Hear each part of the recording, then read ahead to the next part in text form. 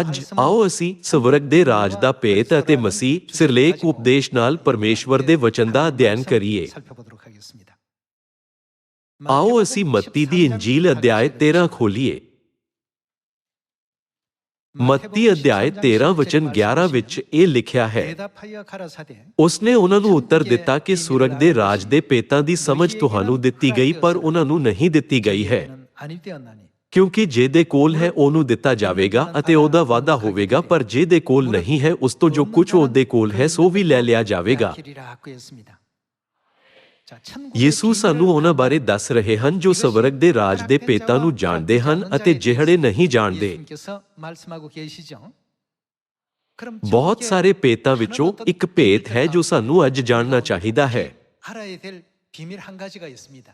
ਇਹ ਪਰਮੇਸ਼ਵਰ ਦੇ ਭੇਤ ਅਰਥਾਤ ਮਸੀਹ ਨੂੰ ਮਹਿਸੂਸ ਕਰਨਾ ਹੈ। ਆਓ ਅਸੀਂ ਕੁਲੁਸਿਆਨ ਦੀ ਕਿਤਾਬ ਅਧਿਆਇ 2 ਵਚਨ 2 ਉੱਤੇ ਜਾਈਏ। ਅਧਿਆਇ 2 ਵਚਨ 2, ਤਾਂ ਜੋ ਉਹਨਾਂ ਦੇ ਦਿਲਾਂ ਨੂੰ ਤਸੱਲਾ ਹੋਵੇ ਅਤੇ ਉਹ ਪ੍ਰੇਮ ਵਿੱਚ ਗੁੰਦੇ ਰਹਿਣ, ਪਈ ਉਹ ਸਮਝ ਦੀ ਪੂਰੀ ਨਿਸ਼ਚਾ ਦੇ ਸਾਰੇ ਧਨ ਨੂੰ ਪ੍ਰਾਪਤ ਹੋ ਜਾਣ ਅਤੇ ਉਹ ਕੀ ਜਾਣ ਲੈਣ। ਪਰਮੇਸ਼ਵਰ ਦੇ ਭੇਤ ਨੂੰ ਪਹਿਚਾਨਣਾ ਸਰੀਰ ਵਿੱਚ ਆਉਣ ਵਾਲੇ ਮਸੀਹ ਨੂੰ ਮਹਿਸੂਸ ਕਰਨਾ ਹੈ। ਪਰਮੇਸ਼ਵਰ ਦੇ ਭੇਤ ਨੂੰ ਜਾਣ ਲੈਣ ਅਰਥਾਤ ਮਸੀਹ ਨੂੰ। ਅਸੀਂ ਮਸੀਹ ਰਾਹੀਂ ਕੀ ਪ੍ਰਾਪਤ ਕਰ ਸਕਦੇ ਹਾਂ? ਆਓ ਅਸੀਂ ਵਚਨ 3 ਵੇਖੀਏ, ਜਿਹਦੇ ਵਿੱਚ ਬੁੱਧ ਅਤੇ ਗਿਆਨ ਦੇ ਸਾਰੇ ਖਜ਼ਾਨੇ ਗੁਪਤ ਹਨ। ਸਾਰੇ ਸਵਰਗੀ ਪਰਿਵਾਰ ਦੇ ਮੈਂਬਰਾਂ ਨੂੰ ਮਸੀਹ ਨੂੰ ਲੱਭਣਾ ਚਾਹੀਦਾ ਹੈ ਅਤੇ ਉਹਨਾਂ ਦੀਆਂ ਸਿੱਖਿਆਵਾਂ ਨੂੰ ਅਮਲ ਵਿੱਚ ਲਿਆਉਣਾ ਚਾਹੀਦਾ ਹੈ। ਇਸ ਕਰਕੇ ਪਰਮੇਸ਼ਵਰ ਨੇ ਬਾਈਬਲ ਦੀਆਂ ਸਾਰੀਆਂ ਸਿੱਖਿਆਵਾਂ ਨੂੰ ਦ੍ਰਿਸ਼ਟਾਂਤ ਹੋਣ ਦਿੱਤਾ। ਪਰਮੇਸ਼ਵਰ ਨੇ ਦ੍ਰਿਸ਼ਟਾਂਤਾਂ ਵਿੱਚ ਗੱਲਾਂ ਕਹੀਆਂ ਅਤੇ ਆਪਣੀ ਗੁਆਚੀਆਂ ਹੋਈਆਂ ਸੰਤਾਨਾਂ ਨੂੰ ਲੱਭਣ ਅਤੇ ਉਹਨਾਂ ਨੂੰ ਸਵਰਗ ਦੇ ਰਾਜ ਵਿੱਚ ਲੈ ਜਾਣ ਲਈ ਗੁਪਤ ਰੂਪ ਨਾਲ ਇਸ ਧਰਤੀ ਉੱਤੇ ਆਏ। ਕੀ ਪਰਮੇਸ਼ਵਰ ਇਸ ਯੁੱਗ ਵਿੱਚ ਇੱਕ ਕਰਕੇ ਆਪਣੀਆਂ ਸੰਤਾਨਾਂ ਨੂੰ ਲੱਭ ਨਹੀਂ ਰਹੇ ਹਨ? ਇਸ ਲਈ ਅਸੀਂ ਇਸ ਯੁੱਗ ਨੂੰ ਪਵਿੱਤਰ ਆਤਮਾ ਦਾ ਯੁੱਗ ਕਹਿੰਦੇ ਹਾਂ।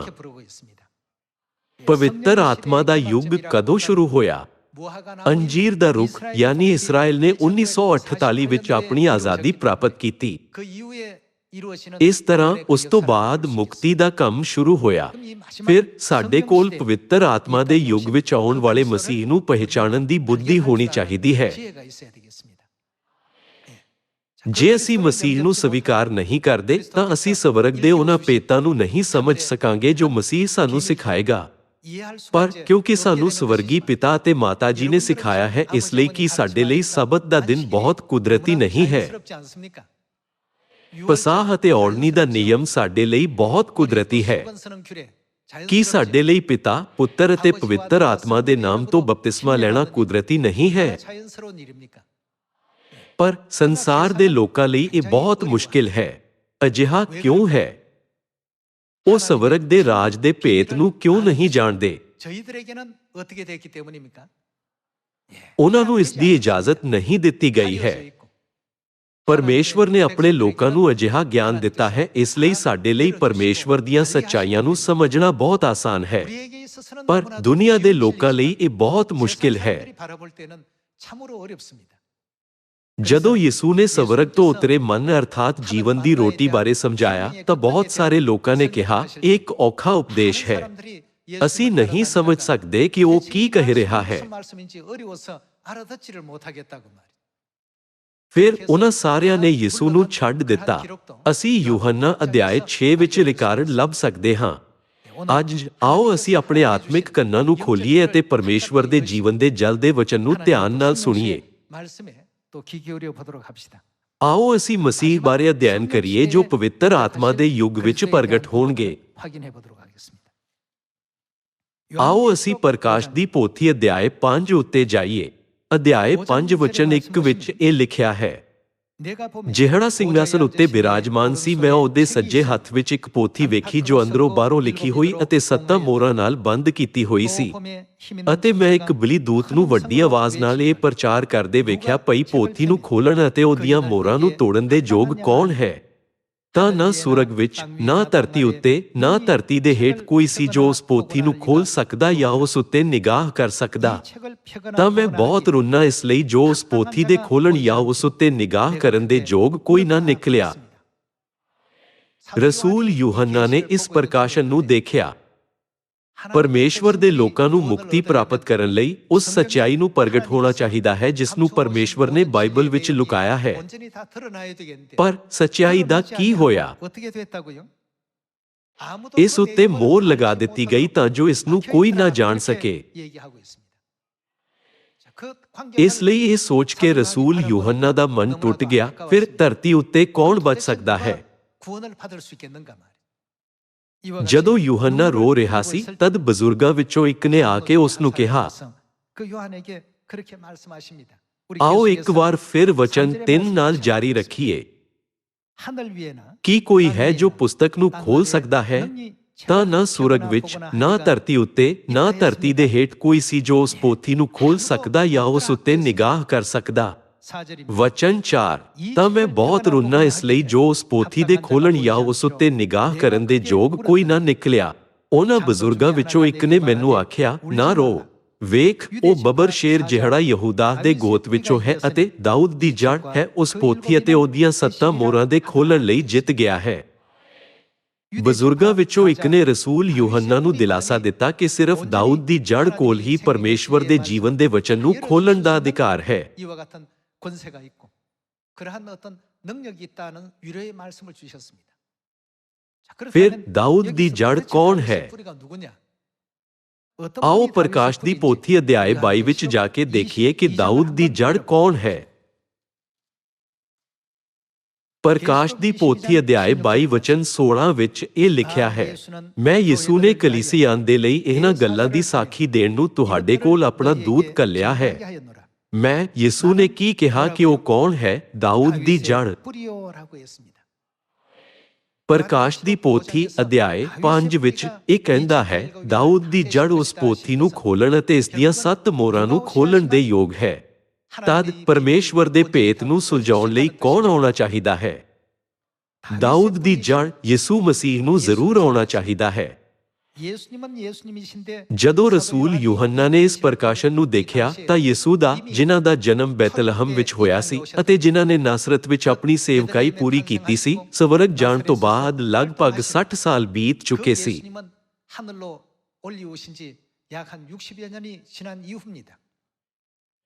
ਇਸ ਲਈ ਇਹ ਪਹਿਲੀ ਵਾਰ ਆਉਣ ਵਾਲਾ ਯਿਸੂ ਨਹੀਂ ਹਨ। ਇਹ ਦੂਸਰੀ ਵਾਰ ਆਉਣ ਵਾਲੇ ਯਿਸੂ ਨੂੰ ਦਰਸਾਉਂਦਾ ਹੈ। ਫਿਰ ਅਸੀਂ ਯਿਸੂ ਨੂੰ ਕਿਵੇਂ ਪਹਿਚਾਣ ਸਕਦੇ ਹਾਂ? ਅੱਜ ਕੱਲ੍ਹ ਬਹੁਤ ਸਾਰੇ ਝੂਠੇ ਮਸੀਹ ਹਨ। ਸਾਨੂੰ ਉਹਨਾਂ ਵਿੱਚ ਕਿਵੇਂ ਅੰਤਰ ਕਰਨਾ ਚਾਹੀਦਾ ਹੈ?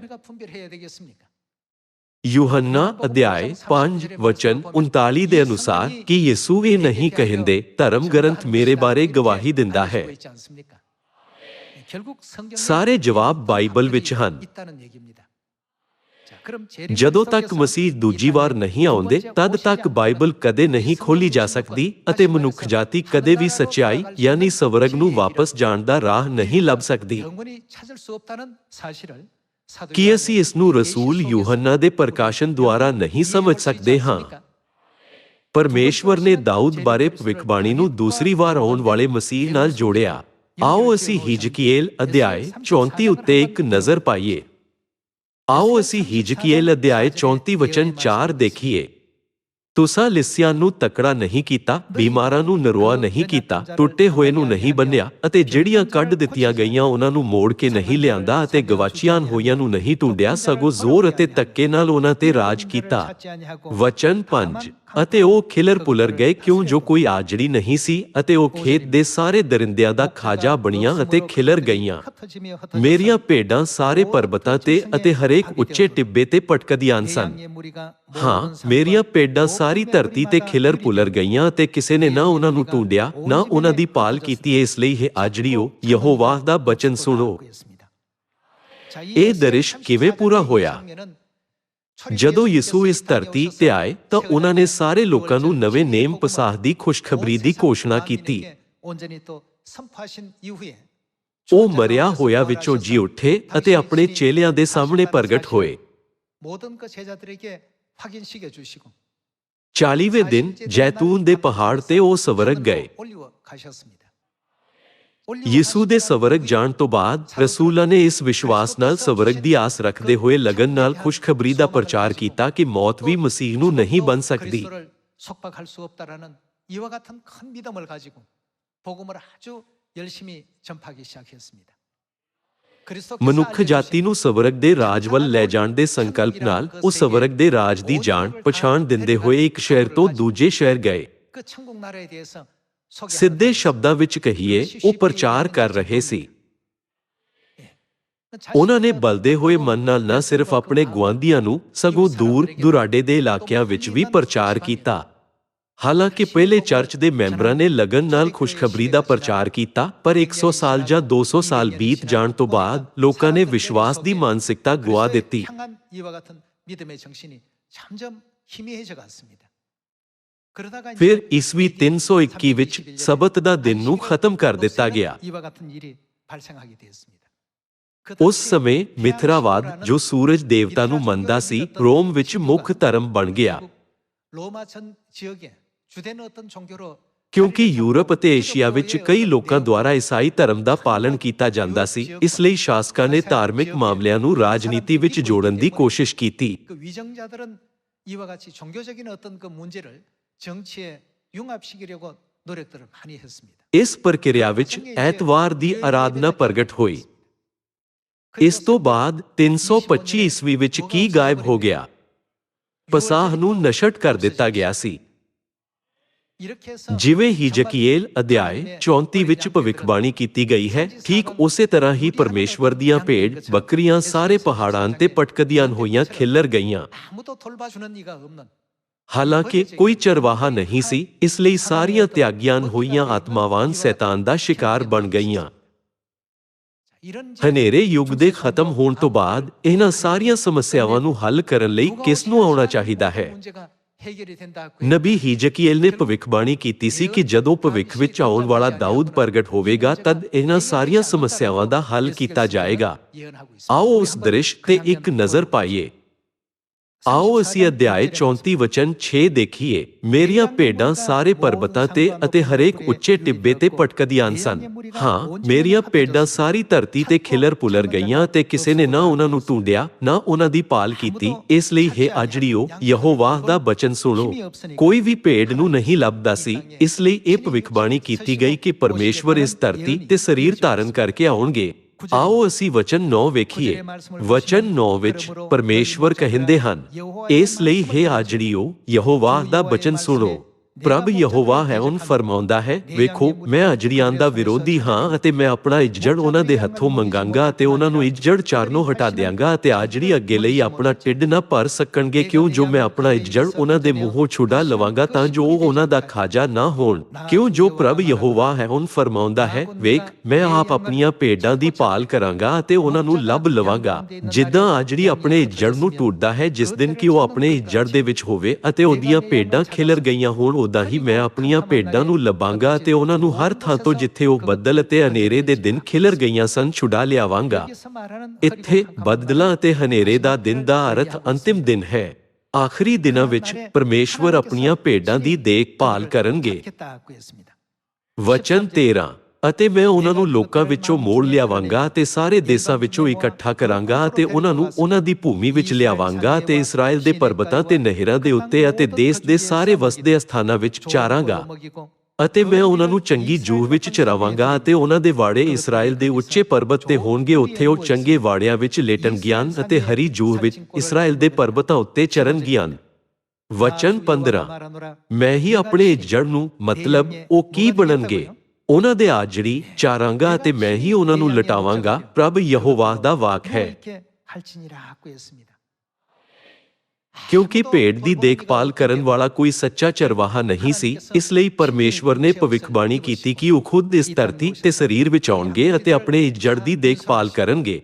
이끄시는 그 역사를 직접 하시겠다는 이와 같은 예언의 말씀을 또 남기셨습니다. ਆਓ ਅਸੀਂ ਵਚਨ 23 ਉੱਤੇ ਜਾਈਏ। ਵਚਨ 23 ਵਿੱਚ ਇਹ ਲਿਖਿਆ ਹੈ, ਅਤੇ ਮੈਂ ਉਹਨਾਂ ਲਈ ਇੱਕ ਆਜੜੀ ਕਾਇਮ ਕਰਾਂਗਾ ਅਤੇ ਉਹ ਉਹਨਾਂ ਨੂੰ ਚਾਰੇਗਾ, ਅਰਥਾਤ ਮੇਰਾ ਦਾਸ। ਉਹ ਕੌਣ ਹੈ? ਦਾਊਦ। ਵਚਨ 15 ਵਿੱਚ ਪਰਮੇਸ਼ਵਰ ਨੇ ਕਿਹਾ, ਮੈਂ ਹੀ ਆਪਣੇ ਜਨ ਨੂੰ ਚਾਰਾਂਗਾ, ਅਤੇ ਵਚਨ 23 ਵਿੱਚ ਪਰਮੇਸ਼ਵਰ ਨੇ ਕਿਹਾ, ਮੈਂ ਉਹਨਾਂ ਉੱਤੇ ਇੱਕ ਆਜੜੀ ਰੱਖਾਂਗਾ, ਉਹ ਮੇਰਾ ਦਾਸ ਦਾਊਦ ਹੋਵੇਗਾ। ਆਓ ਪੜ੍ਹਨਾ ਜਾਰੀ ਰੱਖੀਏ। ਉਹੀ ਉਹਨਾਂ ਨੂੰ ਚਾਰੇਗਾ ਅਤੇ ਉਹੀ ਉਹਨਾਂ ਦਾ ਆਜੜੀ ਹੋਵੇਗਾ। ਵਚਨ 24, ਅਤੇ ਮੈਂ ਯਹੋਵਾ ਉਹਨਾਂ ਦਾ ਪਰਮੇਸ਼ਵਰ ਹੋਵਾਂਗਾ ਅਤੇ ਮੇਰਾ ਦਾਸ ਦਾਊਦ ਉਹਨਾਂ ਦੇ ਵਿਚਕਾਰ ਰਾਜਕੁਮਾਰ ਹੋਵੇਗਾ। ਮੈਂ ਯਹੋਵਾ ਨੇ ਫਰਮਾਇਆ ਹੈ। ਇਸ ਵਚਨ ਅਨੁਸਾਰ ਪਰਮੇਸ਼ਵਰ ਬੱਦਲ ਅਤੇ ਹਨੇਰੇ ਦੇ ਦਿਨ ਅਰਥਾਤ ਆਖਰੀ ਦਿਨਾਂ ਵਿੱਚ ਆਉਣਗੇ ਅਤੇ ਆਪਣੀਆਂ ਭੇਡਾਂ ਨੂੰ ਚਾਰਨਗੇ। ਉਹ ਕਿਸ ਨਾਮ ਨਾਲ ਆਉਣਗੇ? ਉਹ ਦਾਊਦ ਦੇ ਨਾਮ ਨਾਲ ਆਉਣਗੇ। ਇਹ ਭਵਿੱਖਬਾਣੀ ਦਾਊਦ ਦੀ ਮੌਤ ਤੋਂ ਲਗਭਗ 450 ਸਾਲ ਬਾਅਦ ਲਿਖੀ ਗਈ ਸੀ। ਕੀ ਇਸ ਦਾ ਮਤਲਬ ਇਹ ਹੈ ਕਿ ਅੰਤ ਦੇ ਦਿਨਾਂ ਵਿੱਚ ਦਾਊਦ ਜੀ ਉੱਠੇਗਾ ਅਤੇ ਉਹ ਪਰਮੇਸ਼ਵਰ ਦੇ ਲੋਕਾਂ ਦੀ ਅਗਵਾਈ ਕਰੇਗਾ? ਪ੍ਰਕਾਸ਼ ਦੀ ਪੋਥੀ ਅਧਿਆਇ 22 ਵਚਨ 16 ਅਨੁਸਾਰ ਇੱਥੇ ਦਾਊਦ ਕਿਸ ਨੂੰ ਦਰਸਾਉਂਦਾ ਹੈ? ਇਹ ਦੂਸਰੀ ਵਾਰ ਆਉਣ ਵਾਲੇ ਮਸੀਹ ਨੂੰ ਦਰਸਾਉਂਦਾ ਹੈ।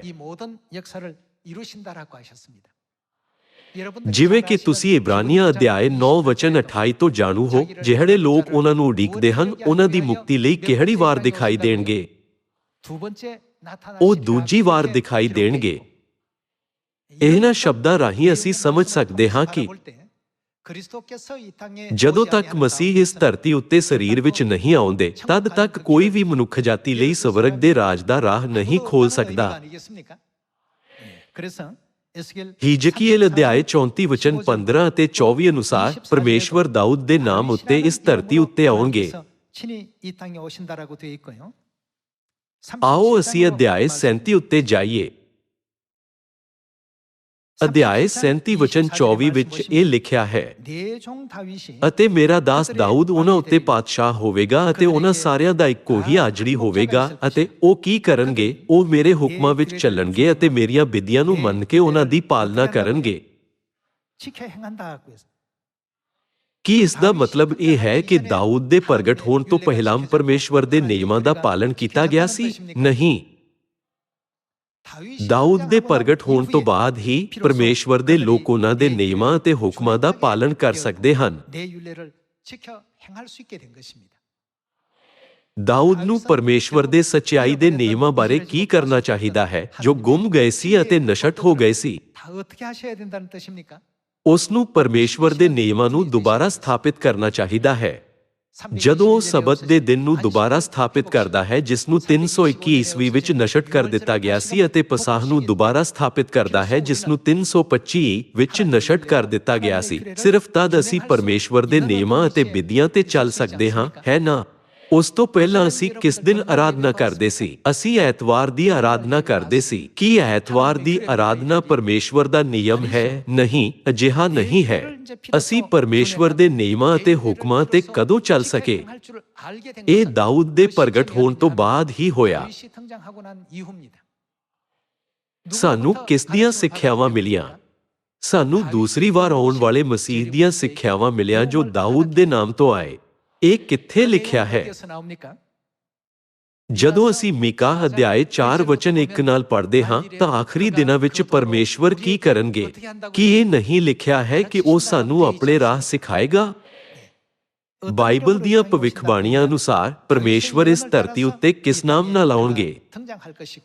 ਉਹ ਦਾਊਦ ਦੇ ਨਾਮ ਨਾਲ ਆਉਣਗੇ ਅਤੇ ਉਹ ਸਦਾ ਲਈ ਸਾਡੇ ਰਾਜਾ ਹੋਣਗੇ। ਆਓ ਅਸੀਂ ਵਚਨ 25 ਨਾਲ ਜਾਰੀ ਰੱਖੀਏ। ਵਚਨ 25 ਵਿੱਚ ਇਹ ਲਿਖਿਆ ਹੈ, ਉਹ ਉਸ ਦੇਸ਼ ਵਿੱਚ ਜਿਹੜਾ ਮੈਂ ਆਪਣੇ ਦਾਸ ਯਾਕੂਬ ਨੂੰ ਦਿੱਤਾ ਸੀ, ਜਿਸ ਵਿੱਚ ਤੁਹਾਡੇ ਪਿਓ ਦਾਦੇ ਵਸਦੇ ਸਨ, ਵਸਣਗੇ, ਅਤੇ ਉਹ ਅਤੇ ਉਹਨਾਂ ਦੀ ਸੰਤਾਨ ਅਤੇ ਉਹਨਾਂ ਦੀ ਸੰਤਾਨ ਦੀ ਸੰਤਾਨ ਸਦਾ ਤੀਕਰ ਉਸ ਵਿੱਚ ਸਦਾ ਲਈ ਵਸਣਗੇ। ਅਤੇ ਮੇਰਾ ਦਾਸ ਦਾਊਦ, ਉਹ ਕਦੋਂ ਤੱਕ ਰਾਜ ਕਰੇਗਾ? ਸਦਾ ਲਈ ਉਹਨਾਂ ਦਾ ਰਾਜਕੁਮਾਰ ਹੋਵੇਗਾ। ਉਹਨਾਂ ਦੀ ਸੇਵਕਾਈ ਦਾ ਸਮਾਂ 5 ਸਾਲ ਬਾਅਦ ਖਤਮ ਨਹੀਂ ਹੁੰਦਾ ਹੈ। ਉਹ ਸਦਾ ਲਈ ਉਹਨਾਂ ਦਾ ਰਾਜਕੁਮਾਰ ਰਹੇਗਾ। ਵਚਨ 26 ਅਤੇ ਮੈਂ ਉਹਨਾਂ ਦੇ ਨਾਲ ਸ਼ਾਂਤੀ ਦਾ ਨੇਮ ਅਰਥਾਤ ਇੱਕ ਕਿਸ ਤਰ੍ਹਾਂ ਦਾ ਨੇਮ ਹੋਵੇਗਾ, ਸਦਾ ਦਾ ਨੇਮ ਬਣਾਂਗਾ ਅਤੇ ਮੈਂ ਉਹਨਾਂ ਨੂੰ ਵਸਾਵਾਂਗਾ ਅਤੇ ਉਹਨਾਂ ਨੂੰ ਵਧਾਵਾਂਗਾ ਅਤੇ ਉਹਨਾਂ ਦੇ ਵਿਚਾਰ ਆਪਣੇ ਪਵਿੱਤਰ ਸਥਾਨ ਨੂੰ ਸਦਾ ਲਈ ਕਾਇਮ ਕਰਾਂਗਾ। ਮੇਰਾ ਡੇਰਾ ਵੀ ਉਹਨਾਂ ਦੇ ਵਿੱਚ ਹੋਵੇਗਾ, ਮੈਂ ਉਹਨਾਂ ਦਾ ਪਰਮੇਸ਼ਵਰ ਹੋਵਾਂਗਾ ਅਤੇ ਉਹ ਮੇਰੀ ਪਰਜਾ ਹੋਣਗੇ। ਜੇਕਰ ਦਾਊਦ ਪ੍ਰਗਟ ਨਾ ਹੁੰਦਾ ਤਾਂ ਅਸੀਂ ਕਦੇ ਵੀ ਪਰਮੇਸ਼ਵਰ ਦੇ ਲੋਕ ਨਹੀਂ ਬਣ ਸਕਦੇ ਸੀ। ਅਜਿਹਾ ਇਸ ਲਈ ਸੀ ਕਿਉਂਕਿ ਅਸੀਂ ਪਰਮੇਸ਼ਵਰ ਜਾਂ ਸੀਯੋਨ ਵਿੱਚ ਨਹੀਂ ਸੀ। ਕਿਉਂਕਿ ਦਾਊਦ ਦੇ ਆਉਣ ਤੱਕ ਸੀਯੋਨ ਦੀ ਸਥਾਪਨਾ ਨਹੀਂ ਹੋ ਸਕਦੀ, ਤਾਂ ਅਸੀਂ ਸੀਯੋਨ ਵਿੱਚ ਕਿਵੇਂ ਰਹਿ ਸਕਦੇ ਹਾਂ? ਅਸੀਂ ਪਰਮੇਸ਼ਵਰ ਦੇ ਹੁਕਮਾਂ, ਨਿਯਮਾਂ ਅਤੇ ਵਿਵਸਥਾਵਾਂ ਦਾ ਪਾਲਣ ਕਿਵੇਂ ਕਰ ਸਕਦੇ ਹਾਂ? ਸਵਰਗੀ ਪਿਤਾ ਅਤੇ ਸਵਰਗੀ ਮਾਤਾ ਤੋਂ ਸੱਚਾਈ ਪ੍ਰਾਪਤ ਕਰਨ ਤੋਂ ਪਹਿਲਾਂ ਅਸੀਂ ਸਬਤ ਦੇ ਦਿਨ ਨੂੰ ਨਹੀਂ ਜਾਣਦੇ ਸੀ। ਅਸੀਂ ਸੋਚਿਆ ਸੀ ਕਿ ਐਤਵਾਰ ਦੀ ਆਰਾਧਨਾ ਸਹੀ ਹੈ। ਇਹ ਸੋਚਦੇ ਹੋਏ ਕਿ ਉਹ ਬਾਈਬਲ ਵਿੱਚ ਹੈ, ਅਸੀਂ ਸੋਚਿਆ ਸੀ ਕਿ ਸਾਨੂੰ ਕ੍ਰਿਸਮਸ ਮਨਾਉਣਾ ਚਾਹੀਦਾ ਹੈ। ਇਹ ਬਾਈਬਲ ਵਿੱਚ ਹੋਣਾ ਚਾਹੀਦਾ ਹੈ ਕਿਉਂਕਿ ਸਾਰੇ ਚਰਚ ਉਹਨਾਂ ਨੂੰ ਮੰਨਦੇ ਹਨ। ਪਰ ਬਾਈਬਲ ਵਿੱਚ ਅਜਿਹੀ ਕੋਈ ਚੀਜ਼ ਨਹੀਂ ਸੀ। ਅਸੀਂ ਇਹ ਸੋਚ ਕੇ ਬਹੁਤ ਹੈਰਾਨ ਹੋਏ, ਉਹ ਅਜਿਹੀ ਚੀਜ਼ ਕਿਵੇਂ ਮੰਨ ਸਕਦੇ ਹਨ ਜੋ ਪਰਮੇਸ਼ਵਰ ਦੀਆਂ ਸਿੱਖਿਆਵਾਂ ਨਹੀਂ ਹਨ। ਕੱਲ ਮੈਂ ਸਾਡੇ ਯੂਨੀਵਰਸਿਟੀ ਦੇ ਵਿਦਿਆਰਥੀਆਂ ਦੀ ਪੇਸ਼ਕਾਰੀ ਸੁਣੀ। ਜਦੋਂ ਹੋਰ ਚਰਚ ਦੇ ਕਲੱਬਾਂ ਨੇ ਸਾਡੀ ਸੱਚਾਈ ਨੂੰ ਬਦਨਾਮ ਕੀਤਾ ਤਾਂ ਸਾਡੇ ਵਿਦਿਆਰਥੀ ਨੇ ਕਿਹਾ, ਜੇਕਰ ਬਾਈਬਲ ਸਾਨੂੰ ਐਤਵਾਰ ਦੀ ਆਰਾਧਨਾ ਅਤੇ ਕ੍ਰਿਸਮਸ ਨੂੰ ਮਨਾਉਣਾ ਸਿਖਾਉਂਦੀ ਹੈ, ਸਿਰਫ ਤਦ ਹੀ ਅਸੀਂ ਤੁਹਾਡੀ ਗੱਲ ਸੁਣਨ ਬਾਰੇ ਵਿਚਾਰ ਕਰਾਂਗੇ। ਇਹ ਸੁਣ ਕੇ ਸਾਰੇ ਇੱਧਰ ਉੱਧਰ ਚਲੇ ਗਏ। ਮੈਂ ਸੋਚਿਆ, ਸੀਯੋਨ ਦੇ ਨੌਜਵਾਨ ਬਾਲਗ ਸੱਚਮੁੱਚ ਅਦਭੁਤ ਹਨ। ਉਹਨਾਂ ਕੋਲ ਇੰਨੀ ਹਿੰਮਤ ਕਿਵੇਂ ਹੋ ਸਕਦੀ ਹੈ? ਅਜਿਹਾ ਇਸ ਲਈ ਹੈ ਕਿਉਂਕਿ ਉਹਨਾਂ ਨੇ ਦਾਊਦ ਤੋਂ ਸਿੱਖਿਆ ਹੈ, ਜਿਨ੍ਹਾਂ ਦੀ ਭਵਿੱਖਬਾਣੀ ਬਾਈਬਲ ਵਿੱਚ ਕੀਤੀ ਗਈ ਹੈ। ਕੀ ਅਸੀਂ ਵੀ ਦਾਊਦ ਤੋਂ ਸਿੱਖਿਆਵਾਂ ਨਹੀਂ ਸਿੱਖ ਰਹੇ ਹਾਂ? ਇਸ ਲਈ ਪਰਮੇਸ਼ਵਰ ਨੇ ਕਿਹਾ, ਤੁਸੀਂ ਮੇਰੇ ਨਿਯਮਾਂ ਅਤੇ ਹੁਕਮਾਂ ਤੇ ਚੱਲੋਗੇ। ਜਿਵੇਂ ਕਿ ਵਚਨ 27 ਵਿੱਚ ਲਿਖਿਆ ਗਿਆ ਹੈ, ਜਿਨ੍ਹਾਂ ਨੇ ਭਵਿੱਖਬਾਣੀ ਅਨੁਸਾਰ ਆਉਣ ਵਾਲੇ ਦਾਊਦ ਨੂੰ ਸਵੀਕਾਰ ਨਹੀਂ ਕੀਤਾ, ਉਹ ਪਰਮੇਸ਼ਵਰ ਦੇ ਲੋਕ ਨਹੀਂ ਬਣ ਸਕਦੇ। ਪਰਮੇਸ਼ਵਰ ਉਹਨਾਂ ਲੋਕਾਂ ਨੂੰ ਨਵਾਂ ਨੇਮ ਦੇਣਗੇ ਜੋ ਉਸ ਦੇ ਨਿਯਮਾਂ ਅਤੇ ਹੁਕਮਾਂ ਦੀ ਪਾਲਣਾ ਕਰਦੇ ਹਨ। ਮੈਂ ਉਹਨਾਂ ਦਾ ਪਰਮੇਸ਼ਵਰ ਅਤੇ ਉਹ ਮੇਰੀ ਪਰਜਾ ਹੋਣਗੇ। ਪਰਮੇਸ਼ਵਰ ਸਾਨੂੰ ਇਸ ਭਵਿੱਖਬਾਣੀ ਪ੍ਰਤੀ ਸਪਸ਼ਟ ਜਾਗਰੂਕ ਕਰਦੇ ਹੈ ਕਿ ਸਦੀਪਕ ਨੇਮ ਅਤੇ ਸ਼ਾਂਤੀ ਦਾ ਨੇਮ ਨਵੇਂ ਨੇਮ ਨੂੰ ਸੰਕੇਤ ਨਹੀਂ ਕਰਦਾ। ਫਿਰ ਆਓ ਜਾਣੀਏ ਕਿ ਯਿਰਮੀਯਾਹ ਨਬੀ ਨੇ ਨਵੇਂ ਨੇਮ ਨੂੰ ਸਥਾਪਿਤ ਕਰਨ ਵਾਲੇ ਬਾਰੇ ਕਿਵੇਂ ਭਵਿੱਖਬਾਣੀ ਕੀਤੀ। ਯਿਰਮੀਯਾਹ ਅਧਿਆਇ 31। ਆਓ ਅਸੀਂ ਯਿਰਮੀਯਾਹ ਅਧਿਆਇ 31 ਵਚਨ 31 ਉੱਤੇ ਜਾਈਏ। ਵੇਖੋ, ਉਹ ਦਿਨ ਆ ਰਹੇ ਹਨ, ਯਹੋਵਾਹ ਦਾ ਵਾਕ ਹੈ ਕਿ ਮੈਂ ਇੱਥੇ ਕੌਣ ਬੋਲ ਰਿਹਾ ਹੈ? ਉਹ ਯਹੋਵਾਹ ਪਰਮੇਸ਼ਵਰ ਹਨ। ਪਰਮੇਸ਼ਵਰ ਇਸਰਾਇਲ ਦੇ ਘਰਾਣੇ ਨਾਲ ਅਤੇ ਯਹੂਦਾ ਦੇ ਘਰਾਣੇ ਨਾਲ ਉਹ ਕੀ ਕਰਨਗੇ? ਇੱਕ ਨਵਾਂ ਨੇਮ ਬਣਾਂਗਾ। ਸਾਰੇ ਲੋਕੋ, ਕੀ ਇਹ ਸਮਝਣਾ ਮੁਸ਼ਕਿਲ ਹੈ? ਜਦੋਂ ਕੋਈ ਕਹਿੰਦਾ ਹੈ ਮੈਂ ਨਵਾਂ ਨੇਮ ਸਥਾਪਿਤ ਕੀਤਾ, ਤਾਂ ਸਾਨੂੰ ਉਸ ਨੂੰ ਕਿਸ ਦੇ ਰੂਪ ਵਿੱਚ ਪਹਿਚਾਨਣਾ ਚਾਹੀਦਾ ਹੈ? ਅਜਿਹੇ ਕਈ ਸ਼ਬਦ ਹਨ ਜਿਨ੍ਹਾਂ ਰਾਹੀਂ ਅਸੀਂ ਆਸਾਨੀ ਨਾਲ ਮਸੀਹ ਨੂੰ ਪਹਿਚਾਨ ਸਕਦੇ ਹਾਂ, ਪਰ ਦੇਖਦੇ ਹੋਏ ਵੀ ਉਹ ਨਹੀਂ ਦੇਖਦੇ, ਸੁਣਦੇ ਹੋਏ ਵੀ ਉਹ ਨਹੀਂ ਸੁਣਦੇ, ਚਾਹਣ ਦੇ ਬਾਵਜੂਦ ਉਹ ਨਹੀਂ ਸਮਝਦੇ। ਆਖਰਕਾਰ ਕਿਸ ਨੂੰ ਆਉਣਾ ਚਾਹੀਦਾ ਹੈ? ਪਰਮੇਸ਼ਵਰ ਨੂੰ ਜ਼ਰੂਰ ਆਉਣਾ ਚਾਹੀਦਾ ਹੈ। ਅਸੀਂ ਸਭ ਕੁਝ ਉਦੋਂ ਹੀ ਸਮਝ ਸਕਦੇ ਹਾਂ ਜਦੋਂ ਦਾਊਦ ਦੀ ਜੜ ਆ ਕੇ ਸਾਨੂੰ ਸਿਖਾਉਂਦੀ ਹੈ। ਤਦ ਹੀ ਪਰਮੇਸ਼ਵਰ ਦੇ ਲੋਕ ਪਰਮੇਸ਼ਵਰ ਦੇ ਹੁਕਮਾਂ ਨੂੰ ਸਿੱਖਣ, ਮਹਿਸੂਸ ਕਰਨ ਅਤੇ ਉਹਨਾਂ ਦਾ ਪਾਲਣ ਕਰਨ ਵਿੱਚ ਯੋਗ ਹੋਣਗੇ। ਯਿਰਮੀਯਾਹ ਅਧਿਆਇ 31 ਵਚਨ 31 ਦੇ ਅਨੁਸਾਰ ਪਰਮੇਸ਼ਵਰ ਨਵੇਂ ਨੇਮ ਨੂੰ ਸਥਾਪਿਤ ਕਰਨਗੇ। ਪਿਤਾ ਦੇ ਯੁੱਗ ਵਿੱਚ ਪਰਮੇਸ਼ਵਰ ਨੇ ਨਵੇਂ ਨੇਮ ਬਾਰੇ ਭਵਿੱਖਬਾਣੀ ਕੀਤੀ ਸੀ। ਪੁੱਤਰ ਦੇ ਯੁੱਗ ਵਿੱਚ ਨਵੇਂ ਨੇਮ ਨੂੰ ਕਿਸਨੇ ਸਥਾਪਿਤ ਕੀਤਾ? ਲੂਕਾ ਅਧਿਆਇ 22 ਵਚਨ 20 ਦੇ ਅਨੁਸਾਰ ਜਦੋਂ ਯਿਸੂ ਨੇ ਪਸਾਹ ਦੀ ਰੋਟੀ ਅਤੇ ਦਾਖਰਸ ਦਿੱਤੀ ਸੀ ਤਾਂ ਉਹਨਾਂ ਨੇ ਕੀ ਕਿਹਾ? ਇਹ ਪਿਆਲਾ ਮੇਰੇ ਲਹੂ ਵਿੱਚ ਨਵਾਂ ਨੇਮ ਹੈ ਜੋ ਤੁਹਾਡੇ ਲਈ ਵਹਾਇਆ ਜਾਂਦਾ ਹੈ। 하시면서 허락하지 않았습니다. ਪਸਾਹ ਮਨਾਉਂਦੇ ਹੋਏ ਯਿਸੂ ਮਸੀਹ ਨੇ ਨਵੇਂ ਨੇਮ ਦੀ ਸਥਾਪਨਾ ਕੀਤੀ। 새 언약 세우시는 이와 같은 그 내용을 확인을 시켜 주셨습니다. ਪਿਤਾ ਦੇ ਯੁੱਗ ਵਿੱਚ ਯਹੋਵਾ, ਪੁੱਤਰ ਦੇ ਯੁੱਗ ਵਿੱਚ ਯਿਸੂ ਮਸੀਹ ਅਤੇ ਪਵਿੱਤਰ ਆਤਮਾ ਦੇ ਯੁੱਗ ਵਿੱਚ ਮਸੀਹਾਨ ਸੰਗ ਹੋਂਗ ਜੀ ਨੇ ਆਪਣੀਆਂ ਸੰਤਾਨਾਂ ਨੂੰ ਨਵੇਂ ਨੇਮ ਦੀ ਸੱਚਾਈ ਸਿਖਾਈ। 이 새 언약의 진리의 도를 우리 자녀들에게 전부 온전히 일깨워 주셨습니다. ਨਵੇਂ ਨੇਮ ਦਾ ਕੀ ਹੋਇਆ ਸੀ? ਇਸ ਨੂੰ ਨਸ਼ਟ ਕਰ ਦਿੱਤਾ ਗਿਆ ਸੀ। ਜਿਵੇਂ ਦਾਨੀਏਲ ਅਧਿਆਇ 7 ਵਚਨ 24 ਤੋਂ 25 ਵਿੱਚ ਭਵਿੱਖਬਾਣੀ ਕੀਤੀ ਗਈ ਸੀ, ਉਸੇ ਤਰ੍ਹਾਂ ਹੀ ਸ਼ੈਤਾਨ ਨੇ ਨਿਰਧਾਰਤ ਸਮੇਂ ਅਤੇ ਨਿਯਮਾਂ ਦੇ ਨਾਲ ਕੀ ਕੀਤਾ? ਸ਼ੈਤਾਨ ਨੇ ਉਹਨਾਂ ਨੂੰ ਬਦਲ ਦਿੱਤਾ। ਅਜਿਹੀ ਨਿਰਾਸ਼ਾਜਨਕ ਸਥਿਤੀ ਵਿੱਚ ਕੌਣ ਆਵੇਗਾ? ਪਰਮੇਸ਼ਵਰ ਨੇ ਕਿਹਾ, ਮੈਂ ਇਸ ਧਰਤੀ ਉੱਤੇ ਆ ਕੇ ਉਹਨਾਂ ਦਾ ਚਰਵਾਹਾ ਬਣਾਂਗਾ। ਮੀਕਾ ਅਧਿਆਇ 4 ਦੀ ਭਵਿੱਖਬਾਣੀ ਦੇ ਅਨੁਸਾਰ ਪਰਮੇਸ਼ਵਰ ਅੰਤ ਦੇ ਦਿਨਾਂ ਵਿੱਚ ਸੀਯੋਨ ਵਿੱਚ ਪ੍ਰਗਟ ਹੋਏ ਅਤੇ ਸਾਨੂੰ ਨਵੇਂ ਨੇਮ ਦੀ ਸੱਚਾਈ ਸਿਖਾਈ। 그 주신 가르침의 진리가 크게 새 언약이라고 이렇게 말할 수 있지 않습니까? ਇਸ ਲਈ ਪਰਮੇਸ਼ਵਰ ਨੇ ਕਿਹਾ, ਮੈਂ ਨਵਾਂ ਨੇਮ ਬੰਨਾਂਗਾ। ਸਾਰੇ ਲੋਕੋ ਯਿਰਮੀਆ ਅਧਿਆਇ 31 ਵਚਨ 31 ਉੱਤੇ ਧਿਆਨ ਦਿਓ। ਨਵਾਂ ਨੇਮ ਕੌਣ ਸਥਾਪਿਤ ਕਰੇਗਾ? ਅਸੀਂ ਭਵਿੱਖਬਾਣੀਆਂ ਨੂੰ ਟਾਲ ਨਹੀਂ ਸਕਦੇ। ਸਿਰਫ ਪਰਮੇਸ਼ਵਰ ਹੀ ਨਵੇਂ ਨੇਮ ਨੂੰ ਸਥਾਪਿਤ ਕਰ ਸਕਦੇ ਹਨ। ਇਹ ਇੱਕ ਨਬੀ ਜਾਂ ਇੱਕ ਪਾਦਰੀ ਜਾਂ ਚਰਚ ਦੇ ਕਿਸੇ ਅਜਿਹੇ ਮੈਂਬਰ ਦੁਆਰਾ ਸਥਾਪਿਤ ਨਹੀਂ ਕੀਤਾ ਜਾ ਸਕਦਾ ਜਿਸ ਨੇ ਬਾਈਬਲ ਦਾ ਬਹੁਤ ਅਧਿਐਨ ਕੀਤਾ ਹੈ। ਭਾਵੇਂ ਕਈ ਸਿਧਾਂਤ ਧਰਮ ਸ਼ਾਸਤਰੀ ਸੈਮੀਨਾਰਾਂ ਵਿੱਚ ਪ੍ਰਕਾਸ਼ਿਤ ਹੁੰਦੇ ਹਨ, ਪਰ ਉਹਨਾਂ ਵਿੱਚੋਂ ਕੋਈ ਵੀ ਨਹੀਂ ਕਹਿੰਦਾ ਸਾਨੂੰ ਨਵੇਂ ਨੇਮ ਦਾ ਪਸਾਹ ਮਨਾਉਣਾ ਚਾਹੀਦਾ ਹੈ। ਕੀ ਤੁਸੀਂ ਜਾਣਦੇ ਹੋ ਕਿ ਅਜਿਹਾ ਕਿਉਂ ਹੈ? ਨਵੇਂ ਨੇਮ ਨੂੰ ਕੌਣ ਸਥਾਪਿਤ ਕਰ ਸਕਦਾ ਹੈ? ਕਿਉਂਕਿ ਇਹ ਪਹਿਲਾਂ ਹੀ ਭਵਿੱਖਬਾਣੀ ਕੀਤੀ ਜਾ ਚੁੱਕੀ ਹੈ ਕਿ ਸਿਰਫ ਪਰਮੇਸ਼ਵਰ ਹੀ ਇਹ ਕੰਮ ਕਰ ਸਕਦੇ ਹਨ, ਇਸ ਲਈ ਕੋਈ ਹੋਰ ਨਹੀਂ ਕਰ ਸਕਦਾ। ਆਓ ਵਚਨ 31 ਨਾਲ ਜਾਰੀ ਰੱਖੀਏ। ਵੇਖੋ, ਉਹ ਦਿਨ ਆ ਰਹੇ ਹਨ, ਯਹੋਵਾਹ ਦਾ ਵਾਕ ਹੈ ਕਿ ਮੈਂ ਇਸਰਾਏਲ ਦੇ ਘਰਾਣੇ ਨਾਲ ਅਤੇ ਯਹੂਦਾ ਦੇ ਘਰਾਣੇ ਨਾਲ ਇੱਕ ਨਵਾਂ ਨੇਮ ਬੰਨਾਂਗਾ। ਵਚਨ 32 ਉਸ ਨੇਮ ਵਾਂਗ ਨਹੀਂ ਜਿਹੜਾ ਉਹਨਾਂ ਦੇ ਪਿਓ ਦਾਦਿਆਂ ਨਾਲ ਬੰਨਿਆ ਜਿਸ ਦਿਨ ਮੈਂ ਉਹਨਾਂ ਦਾ ਹੱਥ ਫੜਿਆ ਪਈ ਉਹਨਾਂ ਨੂੰ ਮਿਸਰ ਦੇਸ਼ ਵਿੱਚੋਂ ਬਾਹਰ ਲਿਆਵਾਂ, ਜਿਸ ਮੇਰੇ ਨੇਮ ਨੂੰ ਉਹਨਾਂ ਨੇ ਤੋੜ ਦਿੱਤਾ ਭਾਵੇਂ ਮੈਂ ਉਹਨਾਂ ਦਾ ਵਿਆਂਤੜ ਸਾਂ। ਯਹੋਵਾਹ ਦਾ ਵਾਕ ਹੈ। ਇਹ ਉਹ ਨੇਮ ਹੈ ਜਿਹੜਾ ਮੈਂ ਉਹਨਾਂ ਦਿਨਾਂ ਦੇ ਪਿੱਛੋਂ ਇਸਰਾਏਲ ਦੇ ਘਰਾਣੇ ਨਾਲ ਬੰਨਾਂਗਾ। ਯਹੋਵਾਹ ਦਾ ਵਾਕ ਹੈ, ਮੈਂ ਆਪਣੀ ਵਿਵਸਥਾ ਨੂੰ ਉਹਨਾਂ ਦੇ ਅੰਦਰ ਰੱਖਾਂਗਾ ਅਤੇ ਉਹਨਾਂ ਦੇ ਦਿਲਾਂ ਉੱਤੇ ਲਿਖਾਂਗਾ। ਮੈਂ ਉਹ ਕੌਣ ਹੋਵੇਗਾ? ਉਹਨਾਂ ਦਾ ਪਰਮੇਸ਼ੁਰ ਹੋਵਾਂਗਾ ਅਤੇ ਉਹ ਮੇਰੀ ਪਰਜਾ ਹੋਣਗੇ। ਅਸੀਂ ਹੀਜ਼ਕੀਏਲ ਅਧਿਆਇ 37 ਵਿੱਚ ਇੱਕੋ ਜਿਹੀ ਭਵਿੱਖਬਾਣੀ ਨੂੰ ਪੜ੍ਹਿਆ ਹੈ। ਯਿਰਮੀਆ ਅਧਿਆਇ 31 ਵਿੱਚ ਪਰਮੇਸ਼ਵਰ ਨੇ ਨਵੇਂ ਨੇਮ ਉੱਤੇ ਜ਼ੋਰ ਦਿੱਤਾ ਅਤੇ ਲੋਕਾਂ ਨੂੰ ਕਿਹਾ ਜੋ ਨਵੇਂ ਨੇਮ ਵਿੱਚ ਹਨ, ਕਿਹਾ ਮੈਂ ਉਹਨਾਂ ਦਾ ਪਰਮੇਸ਼ਵਰ ਅਤੇ ਉਹ ਮੇਰੀ ਪਰਜਾ ਹੋਣਗੇ। ਹੀਜ਼ਕੀਏਲ ਅਧਿਆਇ 37 ਵਿੱਚ ਪਰਮੇਸ਼ਵਰ ਨੇ ਕਿਹਾ ਕਿ ਦਾਊਦ ਪ੍ਰਗਟ ਹੋਵੇਗਾ ਅਤੇ ਦਾਊਦ ਦੁਆਰਾ ਲੋਕ ਪਰਮੇਸ਼ਵਰ ਦੇ ਨਿਯਮਾਂ ਅਤੇ ਹੁਕਮਾਂ ਦਾ ਪਾਲਣ ਕਰਨਗੇ ਅਤੇ ਉਹਨਾਂ ਤੇ ਚੱਲਣਗੇ। ਉਸ ਸਮੇਂ ਪਰਮੇਸ਼ਵਰ ਉਹਨਾਂ ਨੂੰ ਆਖਣਗੇ, ਮੈਂ ਉਹਨਾਂ ਦਾ ਪਰਮੇਸ਼ਵਰ ਹੋਵਾਂਗਾ ਅਤੇ ਉਹ ਮੇਰੀ ਪਰਜਾ ਹੋਣਗੇ। ਉਹ ਦੋਵੇਂ ਇੱਕੋ ਭਵਿੱਖਬਾਣੀ ਦਾ ਜ਼ਿਕਰ ਕਰਦੇ ਹਨ। ਕਿਸ ਨੇ ਸਾਨੂੰ ਸਦੀਪਕ ਜੀਵਨ ਦਾ ਰਾਹ ਸਿਖਾਇਆ ਹੈ ਅਤੇ ਨਵੇਂ ਨੇਮ ਦੀ ਸੱਚਾਈ ਦੁਆਰਾ ਮੁਕਤੀ ਅਤੇ ਸਵਰਗ ਦੇ ਰਾਜ ਦਾ ਰਾਹ ਖੋਲ੍ਹਿਆ ਹੈ? ਫਿਰ ਮਸੀਹਾਨ ਸੰਗ ਹੋਂਗ ਜੀ ਕੌਣ ਹਨ? ਉਹ ਬਾਈਬਲ ਅਤੇ ਨਬੀਆਂ ਦੀਆਂ ਗਵਾਹੀਆਂ ਅਨੁਸਾਰ ਇਸ ਧਰਤੀ ਉੱਤੇ ਆਏ ਸੀ। ਉਹ ਸਾਡੇ ਪਰਮੇਸ਼ਵਰ ਹਨ। ਕੀ ਯਸਾਯਾਹ ਨਬੀ ਨੇ ਯਸਾਯਾਹ ਅਧਿਆਇ 25 ਵਿੱਚ ਇਸ ਦਾ ਜ਼ਿਕਰ ਨਹੀਂ ਕੀਤਾ ਸੀ? ਉਸ ਦਿਨ ਆਖਿਆ ਜਾਵੇਗਾ, ਵੇਖੋ ਇਹ ਸਾਡਾ ਇਹ ਕੌਣ ਹੈ? ਪਰਮੇਸ਼ੁਰ ਹੈ, ਅਸੀਂ ਉਹਨੂੰ ਉਡੀਕਦੇ ਸਾਂ ਅਤੇ ਉਹ ਸਾਨੂੰ ਬਚਾਵੇਗਾ।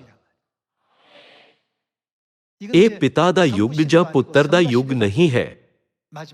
ਜਦੋਂ ਤੱਕ ਪਵਿੱਤਰ ਆਤਮਾ ਦੇ ਯੁੱਗ ਵਿੱਚ ਦਾਊਦ ਦੀ ਜੜ ਧਰਤੀ ਉੱਤੇ ਨਹੀਂ ਆਉਂਦਾ, ਤਦ ਤੱਕ ਲੋਕ ਸਵਰਗੀ ਮਾਤਾ ਦੀ ਸੱਚਾਈ ਨਹੀਂ ਲੱਭ ਸਕਣਗੇ। ਸਾਨੂੰ ਇਹ ਸੱਚ ਕੌਣ ਸਿਖਾ ਸਕਦਾ ਹੈ? ਯਸਾਯਾਹ ਅਤੇ ਉਤਪਤ ਅਧਿਆਇ 3 ਦੀਆਂ ਭਵਿੱਖਬਾਣੀਆਂ ਦੇ ਅਨੁਸਾਰ ਪਿਤਾ ਪਰਮੇਸ਼ਵਰ ਨੂੰ ਆਪਣੀਆਂ ਸੰਤਾਨਾਂ ਨੂੰ ਇਹ ਸੱਚਾਈ ਸਿਖਾਉਣੀ ਚਾਹੀਦੀ ਹੈ। ਜੇਕਰ ਉਹਨਾਂ ਦੀਆਂ ਸੰਤਾਨਾਂ ਬਾਈਬਲ ਨੂੰ ਚੰਗੀ ਤਰ੍ਹਾਂ ਨਾ ਸਮਝ ਪਾਈਆਂ, ਇਸ ਲਈ ਉਹਨਾਂ ਨੇ ਸਾਨੂੰ ਆਪਣੇ ਹੱਥ ਨਾਲ ਲਿਖਤ ਨੋਟ ਵੀ ਦਿੱਤਾ। 엘리사는 ਅਲੀਸ਼ਾ ਨੇ ਏਲੀਯਾਹ ਦਾ ਪਾਲਣ ਕੀਤਾ, ਯਹੋਸ਼ੂਆ ਨੇ ਮੂਸਾ ਦਾ ਪਾਲਣ ਕੀਤਾ, ਪਤਰਸ ਨੇ ਯਿਸੂ ਦਾ ਪਾਲਣ ਕੀਤਾ ਅਤੇ ਮੈਂ ਮਾਤਾ ਦਾ ਪਾਲਣ ਕਰਦਾ ਹਾਂ। 나는 어머니를 따른다। 아버지께서 ਸਵਰਗੀ ਪਿਤਾ ਨੇ ਆਪਣੇ ਲੇਖ ਨਾਲ ਇਸ ਦੀ 그렇게 ਪੁਸ਼ਟੀ ਕੀਤੀ। 확인을 시켜놓고 가셨습니다। 예. 그런데 ਹਾਲਾਂਕਿ 어머니 ਲੋਕ 하나님에 ਮਾਤਾ 대해서 ਪਰਮੇਸ਼ਵਰ ਬਾਰੇ 언어를 ਅਪਸ਼ਬਦ 폐반하는 ਬੋਲਦੇ ਹਨ, 많이 하는데 ਪਰ ਸਾਨੂੰ ਪਿਤਾ ਦੀਆਂ ਸਿੱਖਿਆਵਾਂ ਦੀ ਪਾਲਣਾ ਕਰਨੀ ਚਾਹੀਦੀ ਹੈ। 저도 ਅਸੀਂ 천국 ਸਾਰੇ 가고 싶은 ਸਵਰਗ ਦੇ 사람이고 ਰਾਜ ਵਿੱਚ 여러분들도 ਜਾਣਾ 다 ਚਾਹੁੰਦੇ ਹਾਂ। 천국 가기를 원하시는 분들입니다। ਕੀ ਇਹ ਇਸ ਲਈ ਨਹੀਂ ਹੈ ਕਿ ਅਸੀਂ ਸਵਰਗ ਵੱਲ ਤੁਰਨਾ ਬੰਦ ਨਹੀਂ ਕਰ ਸਕਦੇ? 천국을 향한 ਭਾਵੇਂ ਇਸ ਵਿੱਚ ਮੁਸ਼ਕਿਲਾਂ ਹਨ, 멈출 수 없는 것 아니겠습니까? ਇਹ ਇਸ ਲਈ ਹੈ ਕਿਉਂਕਿ ਇਹ ਸੱਚਾਈ ਦਾ ਰਾਹ ਹੈ। ਸਾਨੂੰ ਇਸ ਰਸਤੇ ਤੇ ਕਦੇ ਹਾਰ ਨਹੀਂ ਮੰਨਣੀ ਚਾਹੀਦੀ ਕਿਉਂਕਿ ਇਹ ਪਰਮੇਸ਼ਵਰ ਦੁਆਰਾ ਬਣਾਇਆ ਗਿਆ ਸਵਰਗ ਦਾ ਰਸਤਾ ਹੈ। ਇਹ ਆਸ ਕਰਦੇ ਹੋਏ ਕਿ ਜਦੋਂ ਤੱਕ ਅਸੀਂ ਸਵਰਗ ਵਿੱਚ ਪ੍ਰਵੇਸ਼ ਨਹੀਂ ਕਰਦੇ, ਤਦ ਤੱਕ ਸਾਰੇ ਮੈਂਬਰ ਸਵਰਗੀ ਪਿਤਾ ਦੀਆਂ ਸਿੱਖਿਆਵਾਂ, ਨਵੇਂ ਨੇਮ ਦੀ ਸੱਚਾਈ ਅਤੇ ਨਵੇਂ ਨੇਮ ਦੀ ਅਸਲੀਅਤ, ਸਵਰਗੀ ਮਾਤਾ ਉੱਤੇ ਵਿਸ਼ਵਾਸ ਰੱਖਾਂਗੇ। ਮੈਂ ਅੱਜ ਦੇ ਉਪਦੇਸ਼ ਨੂੰ ਖਤਮ ਕਰਨਾ ਚਾਹਾਂਗਾ। ਤੁਹਾਡਾ ਬਹੁਤ ਬਹੁਤ ਧੰਨਵਾਦ। 감사합니다।